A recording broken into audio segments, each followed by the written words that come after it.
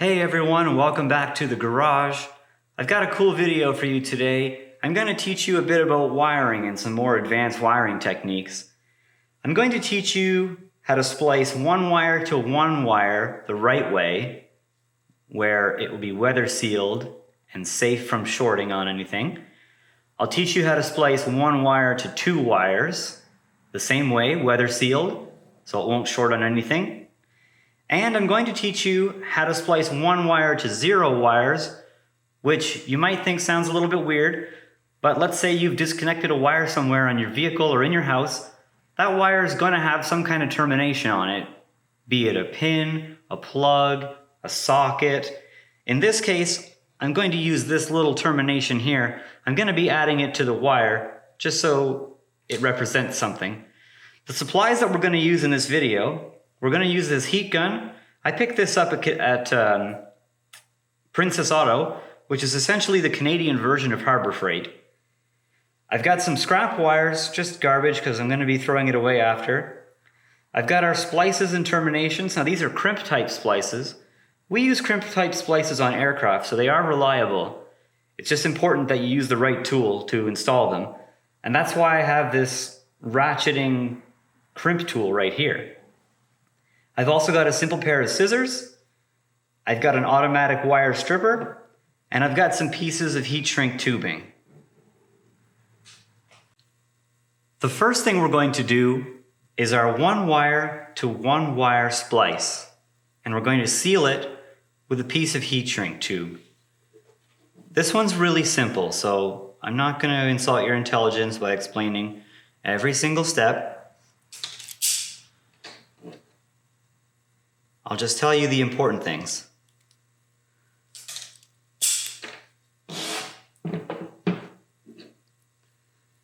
One of which is twisting the wires. You'll want to twist these because it allows the crimp splice to get a better grip.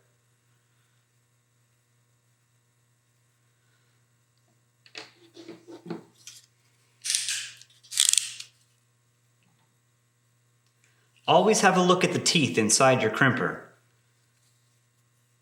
Put the opening of the termination to the side where the teeth don't grip as hard, because that's where your wire is.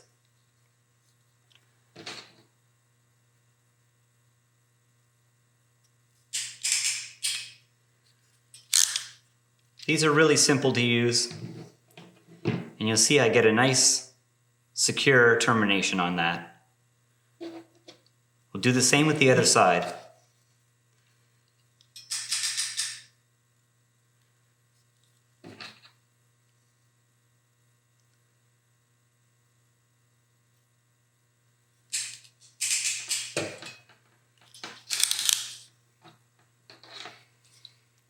There you have it, a nice secure connection. But what's the problem here? It's not waterproof. It's not sealed at all. Water, oils, any other fluids could get down inside your connection and cause corrosion, and then it'll fall apart. We don't want that, so we're going to solve it with heat shrink. I'm just going to cut this end so it's flush and looks pretty.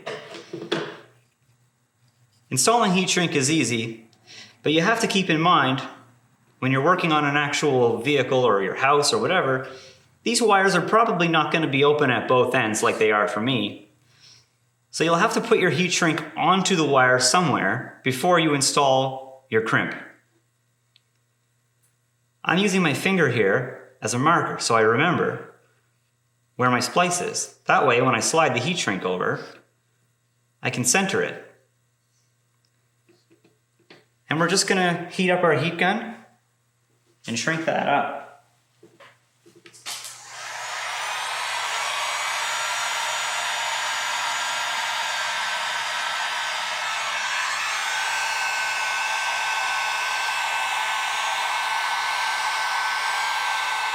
You'll want to make sure you heat this evenly. And don't apply too much heat in one spot. You'll burn your wire.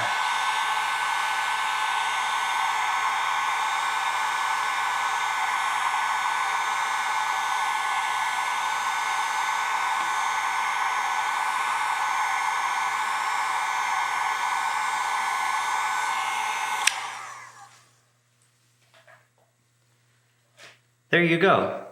We've got our one wire to one wire splice. It's weather sealed and it's nice and strong. This is what you want. It's not going to short on anything. Fluids aren't going to get inside. This is the right way to use a crimp splice. Now we'll do the one wire to two wire splice. Again, we'll strip our wire.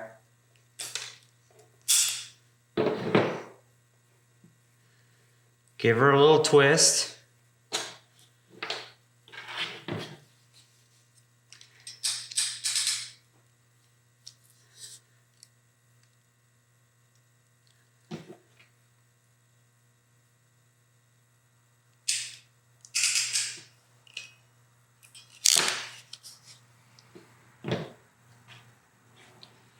Now we've got two other wires that are going to have to go in here. This can be a little bit tricky to do, especially in this case because I'm putting too much wire into one splice. So I'm going to twist them both together right after I twist them individually.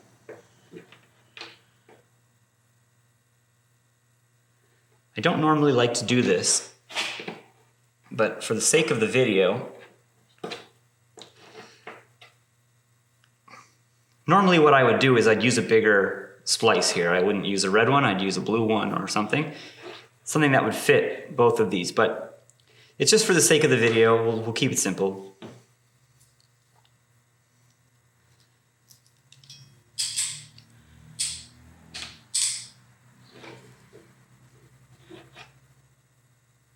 See, they're gonna go rogue on me here, come on.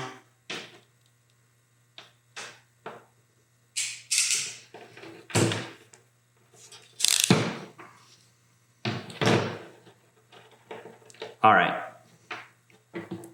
so we've got the one wire spliced into two, but how are we going to seal this? Because if you put the heat shrink on, it's going to leave a gap in between the two wires.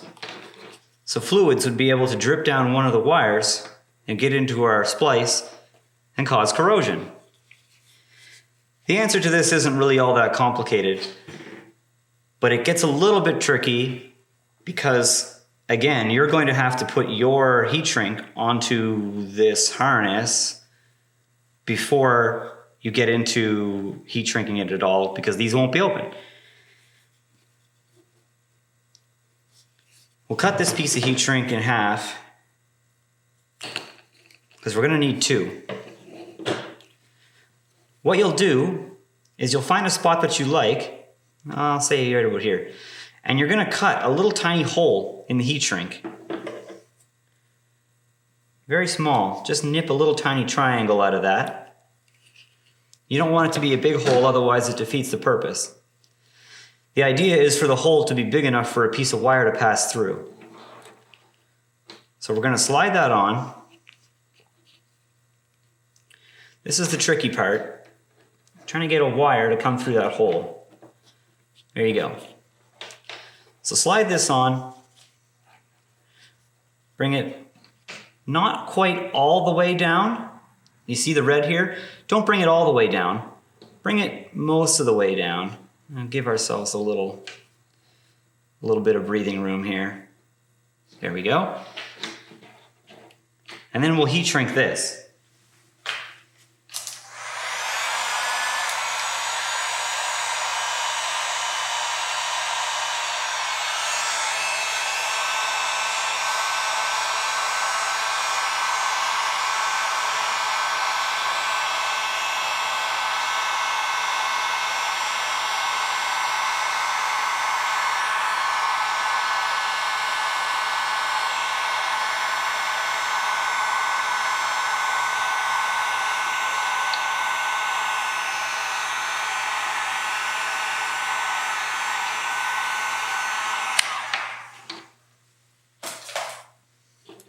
Now the next step, we're going to do basically exactly the same thing we just did, only this time, when we cut the hole, we don't want the two holes to line up, otherwise it won't seal.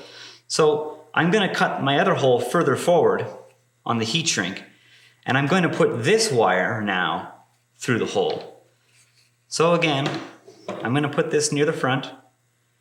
We're going to just take a little nibble out of this heat shrink here. You got to cut this really small. If you cut a big hole in this, then it's not going to shrink right. Like this might even be too big, but it has to be big enough for the other piece of heat shrink to come through. So there is a bit of a technique to this. It takes a bit of practice. I would definitely suggest practicing it on a table or a bench like what I'm doing here before you try it in the real world.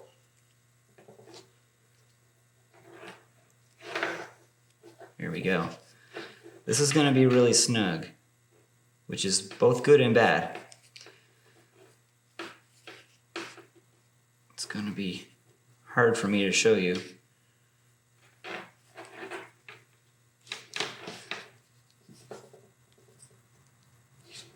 So you can see the other heat shrink is starting to come through. And this, you have to be so careful because it also likes to rip. There you go.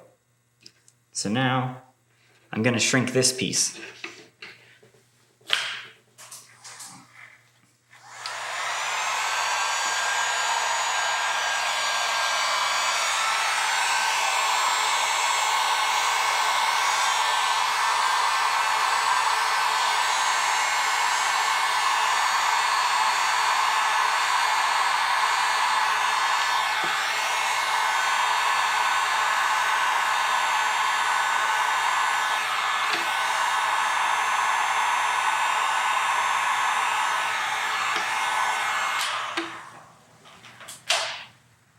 So you can see we've spliced one wire into two wires and we've sealed it. The last thing we're doing is splicing one wire into nothing.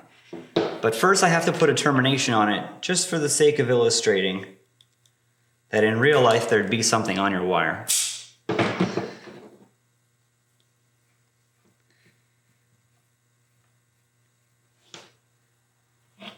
If by some chance your wire doesn't have a termination on it, you don't have to add one. You can.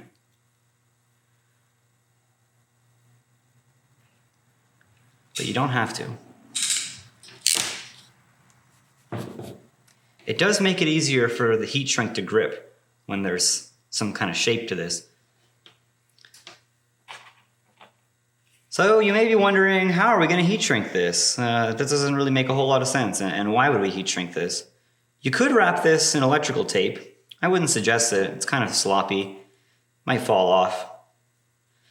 But what we're going to do is we're going to use two pieces of heat shrink. Use one long one and one short one. Just a little one like that.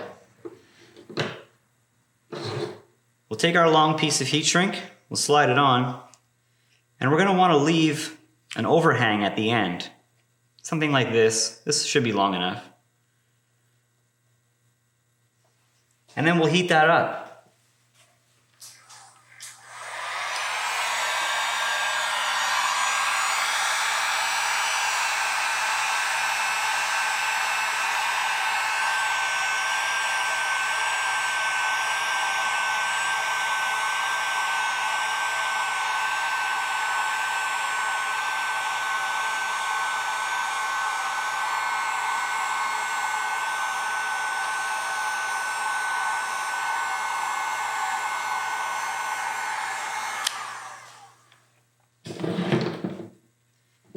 Now, you may be able to guess where I'm going with this, because it's fairly simple.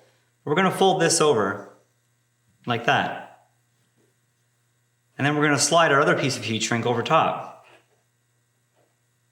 like this. And we're going to heat this up so it holds it all together.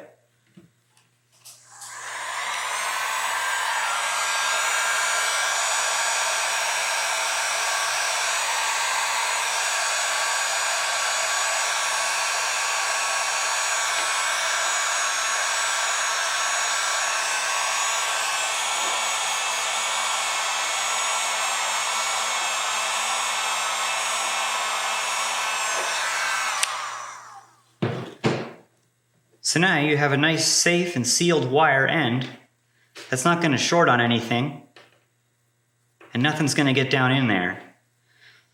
So this is what we've made. This is our whole wire harness that we've created today.